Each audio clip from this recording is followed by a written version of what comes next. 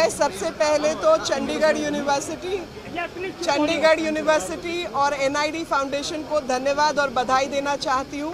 कि प्रधानमंत्री जी का जो सपना था कि हर घर तिरंगा जो कैंपेन है और आज़ादी का अमृत महोत्सव,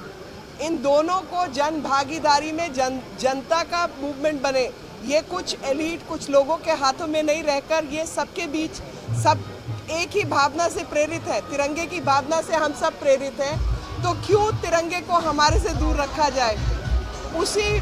चीज़ को आगे बढ़ाने में चंडीगढ़ यूनिवर्सिटी और NID फाउंडेशन ने जो काम किया है उसके लिए मैं इनके प्रति आभार व्यक्त करती हूँ। खास तौर पे जिन युवाओं ने इसमें भागीदारी अपनी दर्ज की है उन सबको ज़िंदगी भर के लिए एक सर्टिफिकेट उनकी मेमोरी में रहने वाला है और भारतीयों के लिए बहुत गर्व का विषय है, हम सब के लिए गौरवान्वित होने का विषय है कि इतनी बड़ी संख्या में सम्मिलित होकर वॉलंटरी बेसिस पर ये हमने तिरंगा को मानव श्रृंखला के रूप में बनाया और हर व्यक्ति का मन एक ही भाव से परिपूर्ण हुआ कि हम जब तक जिंदा हैं तब तक तिरंगे की आन बान शान में लगातार अपने कर्तव्य के द्वारा अपने आप को समर्पित रखेंगे। और सबसे बड़ा उदाहरण सतनाम सिंह जी के रूप में मिला, जिन्होंने तुरंत अपने आप को समर्पित किया स्वच्छ भारत के प्रति और कहा कि जब तक ये साफ नहीं होगा मैं खुद इसमें अपने कर्मों के द्वारा इस आयोजन के माध्यम से इस स्टेडियम को साफ करके ही निकलूंगा यहाँ से। जिस तरह से पहले कहा जाता था कि बीजेपी ने लगातार ही तिरंगा यात्राएं शुरू की, उसके बाद हर एक पॉलिटिकल पार्टी पीछे तिरंगा यात्रा शुरू करने लगी। कांग्रेस की तिरंगा यात्राएं चल रही हैं, आम आदमी पार्टी की चल रही है, तो क्या कहेंगे कि भक्ति के रंग मैं उनके प्रति भी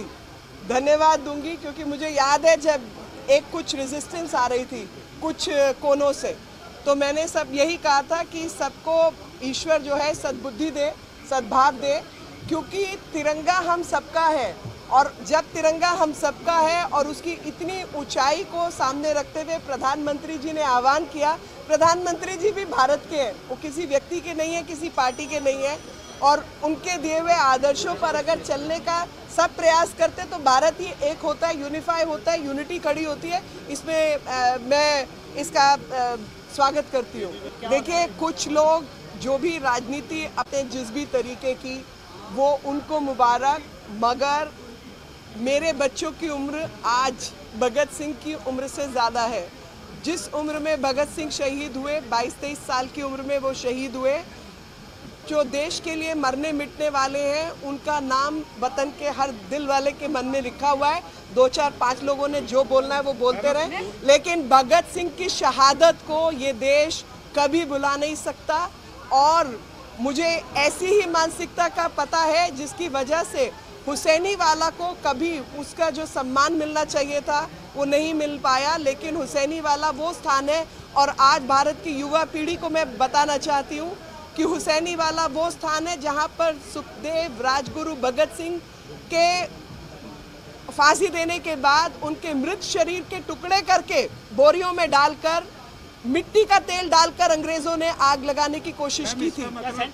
इसका मतलब सिर्फ ये है कि हुसैनी वाला का जो मान सम्मान और जो स्थापना करनी थी उसमें सेंटर ने बड़े मान सम्मान विनम्रता के साथ कहना चाहती हूँ कि वो पैसा सेंटर का था और हुसैनी वाला स्मारक बनाने में भारत सरकार की पूरी भूमिका थी। मैं फिरोजपुर जब गई हूँ, मैं हुसैनी वाला पहले जाती हूँ। मान लिया जाए कि भगत सिंह को शहीद का दर्जा केंद्र सरकार दे देगी, जो अब तक वो शहीद हैं और हम सबके वो शहीद हैं और हम सबके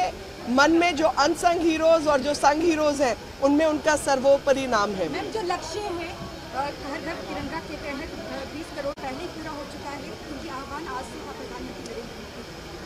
मोदी। मुझे संख्या नहीं मालूम, लेकिन 20 करोड़ एक संख्या रखी थी और हमारी आदत है कि समय से पहले अपने लक्ष्य प्राप्त करने की, और लक्ष्य जो है वो ज़रूर प्राप्त किया होगा। लेकिन मैं चाहूँगी कि भारत के हर भारतवासी के मन में जो तिरंगे को देखकर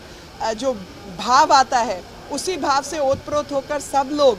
अपने अपने घरों पर तिरंगा लगाएं, अपने हाथ से सीकर भी लगाएं, क्योंकि वो सब नियम कानून को थोड़ा सा रिलैक्स किया गया है ताकि तिरंगे के बीच और हमारे नागरिकों के बीच की जो दूरी है वो समाप्त हो सके।